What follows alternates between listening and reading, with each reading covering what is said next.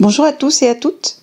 Alors aujourd'hui, chose promise, chose due, nous ouvrons notre boîte à outils.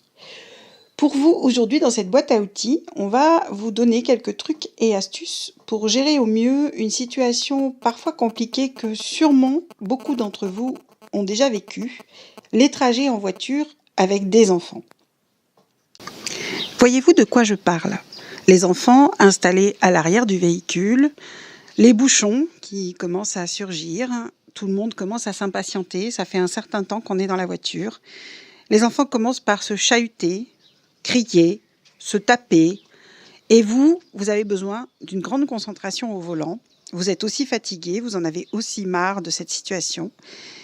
Et puis on arrive souvent à un conflit qui éclate où vous criez sur les enfants. Stop, arrêtez-vous, j'en peux plus, stop, cessez de vous chamailler, c'est pas possible, il me faut de la concentration, je peux pas continuer à conduire dans ces conditions, etc., etc. Alors certains parents ont imaginé plein de trucs et astuces. Déjà, bien évidemment, cette situation, on va la retrouver essentiellement sur des axes qui bouchonnent régulièrement, type, bien évidemment, pour ne pas le citer, la grande banlieue et la région parisienne proche, ainsi que Paris intramuros, mais également les grandes villes où on peut avoir des bouchons régulièrement, notamment aux heures de pointe. Alors me direz-vous, la première chose que l'on peut faire, c'est anticiper et éviter nos départs en heure de pointe. Donc si c'est quelque chose que vous pouvez mettre en pratique, c'est le premier conseil qu'on va vous donner. Planifiez vos trajets de façon à avoir une possibilité d'éviter les bouchons. Ensuite, si vous le pouvez, planifiez vos trajets de façon à éviter d'être sur des routes où on ne peut pas s'arrêter de façon facile ou quand on le souhaite. L'autoroute, le périphérique, voilà, on s'arrête sur des zones bien définies. Sur le périphérique, d'ailleurs, on ne s'arrête pas. Voilà, donc il vaut mieux éviter d'emprunter ce genre de route si on a besoin de s'arrêter en urgence avec des enfants.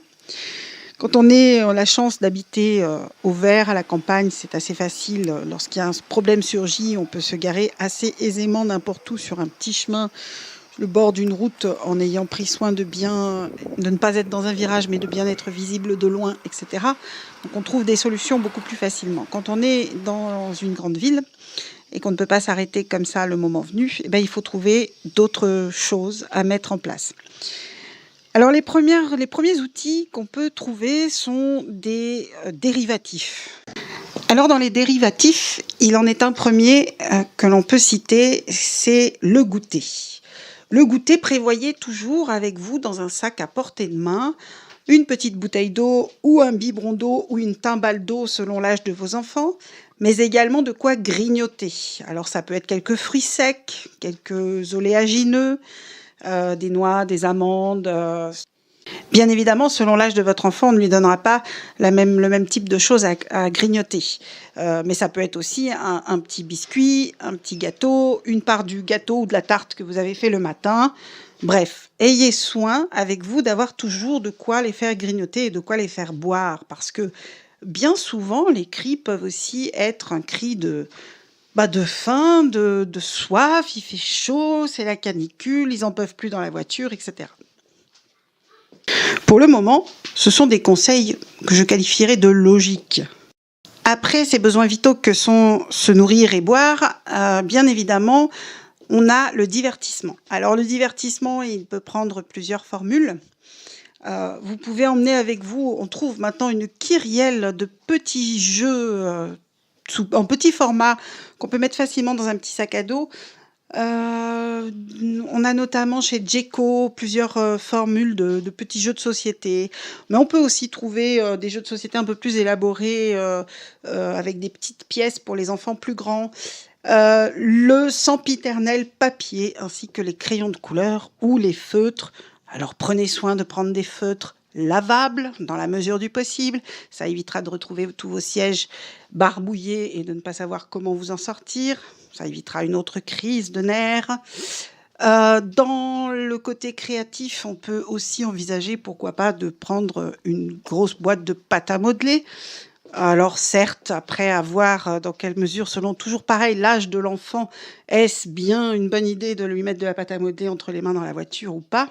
À vous de juger la faisabilité de cette astuce.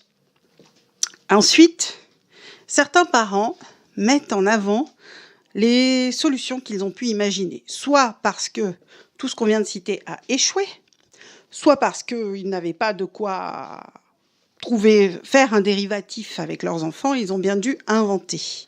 Moi, la première, j'ai voyagé, habitant en région parisienne, j'ai passé de nombreuses heures en voiture avec mes enfants, et nous avons, au fil du temps, créé ensemble divers jeux qui nous permettaient de passer le temps. Alors, il y a des jeux type... il y en a un qu'on a appelé « Mes petits yeux d'espion », par exemple. Alors, « Mes petits yeux d'espion », eh bien, l'un des enfants choisissait un objet au hasard qu'il voyait. Ça pouvait être à l'intérieur de la voiture ou à l'extérieur. Et ensuite, les autres posaient des questions par lesquelles on peut répondre par oui ou par non seulement. Et on essayait ainsi de deviner quel objet avait en tête la personne. Donc, c'est un jeu qui nous occupait beaucoup. Les enfants étaient toujours pleins d'imagination. Ils m'ont beaucoup surpris parfois sur certaines réponses qu'ils me faisaient. J'ai le souvenir, par exemple, de ma fille un jour qui m'a dit « Mes petits yeux d'espion voient un tapis jaune et rouge ». Eh bien, j'ai mis du temps à trouver ce dont il s'agissait. En fait, nous étions la nuit et il s'agissait des lumières des voitures. On était sur une autoroute et les lumières au loin des voitures qui allaient dans notre sens et dans le sens inverse formaient effectivement un tapis de bandes rouges dans un sens et jaune dans l'autre. Voilà. Qui parmi vous ne connaît pas le jeu du cadavre exquis? Vous savez, ces petits bouts de papier sur lesquels on met des sujets, des verbes, des compléments, on mélange tout et on en tire un de chaque catégorie pour faire des phrases abracadabrantes. Eh bien, nous avons transposé le cadavre exquis à l'oral. Comme nous étions 3, et on allait au plus simple. Quelqu'un déterminait le sujet, quelqu'un d'autre le verbe, quelqu'un d'autre le complément.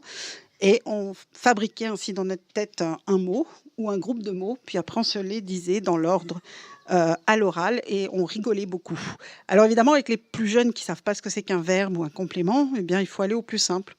Tu donnes une action, courir, sauter, danser, jouer, rire, etc. Ou bien tu donnes un lieu, dans la maison, sur le toit, dans la forêt, sous la terre, sur la lune, etc. Voilà, ou bien pour le sujet, on leur dit, tu choisis un animal, un objet ou une personne. Voilà. Ensuite, alors à vous d'inventer tout un tas de jeux possibles et inimaginables avec vos enfants. Eux seront riches d'idées aussi, vous verrez. J'ai le souvenir vague d'un outil qui m'était donné aussi d'un jeu comme ça, qui était basé sur les couleurs. Chez nous, par exemple, dans la voiture, mon fils qui était très, très grand fan, passionné de voitures automobiles, eh bien, il nous proposait de deviner la prochaine voiture qu'on allait croiser, par exemple, quelle marque elle allait être. Alors c'était très drôle parce que parfois on disait donc une marque au hasard et puis on savait pas reconnaître en vrai ce qui était passé, mais lui à tous les coups il savait la reconnaître. C'était assez rigolo. Ensuite, au niveau des jeux, on peut aller aussi chercher des jeux plus classiques que tout le monde connaît, comme le ni oui ni non évidemment, mais toute une kyrielle d'autres jeux qu'on peut essayer de transposer, même si ils existent sous une autre forme par ailleurs. Et enfin, une dernière catégorie d'outils. Alors, c'est ce que j'appelle des outils plus basés sur l'émotionnel. Quand une situation vous met mal à l'aise, ne vous permet pas de conduire avec l'esprit libre, mais peut-être tout simplement l'exprimer. Seulement l'exprimer, ça marche pas tout le temps. J'avais une astuce que j'avais trouvée pour exprimer mon ras-le-bol, c'est que je le chantais à tue-tête.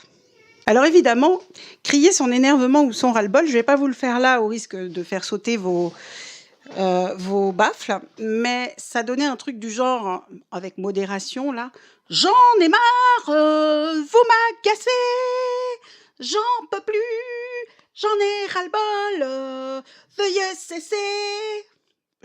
Mais alors je racontais ce qui me passait par la tête. Et alors souvent ça partait de mon agacement et puis ça finissait dans n'importe quoi. Je racontais en fait n'importe quoi. Je chantais le plus faux possible et le plus à tue-tête possible. Et alors, passé l'effet de surprise que ça avait sur les enfants, en général, au bout d'un moment, tout le monde finissait par exploser de rire tellement c'était sans tête, ni queue, ni rien du tout, et ça voulait rien dire et ça faisait rire tout le monde. Eh bien, avec le rire, il y a quelque chose de magique qui se passe, c'est que la pression redescend d'un seul coup. Et le calme souvent se réinstaure, ou alors on part gaiement à parler d'autres choses, selon l'âge des enfants toujours. Et ça, c'était vraiment un truc, alors c'était le truc que je réservais en dernier recours, hein, quand vraiment j'en pouvais plus. Mais évidemment, ça a fonctionné. Je l'ai pas énormément utilisé, mais ça m'est arrivé d'utiliser 2-3 fois et à chaque fois, ça a plutôt bien fonctionné. Là-dessus, évidemment, chaque parent va trouver le truc qui lui permet, de gérer ça. Alors, une dernière astuce que je voudrais vous donner avant d'en finir pour aujourd'hui, et donc cette dernière chose, c'est, de la musique. Alors pas n'importe quelle musique, j'en ai une en particulier à vous recommander, que mes enfants ont su apprécier et je trouve que ça très drôle et très original ce qu'il a fait. C'est un CD de Vincent Malone il a créé, Le Roi des Papas et également le Roi des Papas en voyage ou en voiture. Je ne sais plus exactement quel est le titre, mais je rechercherai et vous l'aurez sur la chaîne YouTube. Et alors, c'était très, très drôle parce que c'est un assortiment à la fois, c'est un peu comme si les enfants écoutaient la radio, mais dédié à eux. Avec, évidemment, il y a de la musique, évidemment, il y a des comptines, mais il y a des blagues, ils racontent des choses très drôles. Bref, vous risquez de passer un moment, même vous, hein, particulièrement intéressant à écouter ce genre de choses. Donc, je vous le recommande particulièrement, Vincent Malone. Après, dans les différentes musiques, ben ça, c'est à voir ce que vous aimez, ce que vous n'aimez pas. Mais je peux aussi recommander dans le genre quelque chose qui plaît en général assez, c'est les Fabulettes d'Anne Sylvestre. Donc c'est aussi des CD où elle parle des merci, des bonjours, des au revoir, etc. C'est très drôle et c'est surtout très léger pour les enfants. Voilà, c'est justement l'antinomie de la leçon de morale, on va dire. Voilà, donc je vous souhaite, j'espère surtout que cette vidéo vous a plu, que ces outils sauront vous ouvrir peut-être à d'autres solutions, d'autres idées. J'espère que ces outils vous permettront vous-même également d'en trouver, d'innover, de chercher ce qui marche pour vous avec vos enfants. Et je vous encourage à venir nous donner vos propres astuces dans les commentaires, à partager avec d'autres parents ce qui a fonctionné pour vous, ce qui n'a pas marché, pourquoi, etc. Et je suis sûre que tous ensemble, on va créer une boîte à outils formidable où chacun pourra venir puiser et adapter à sa situation les différents outils que nous y trouverons. Voilà, je vous souhaite une excellente continuation et je vous dis à très bientôt sur la chaîne des parents jouets. Au revoir.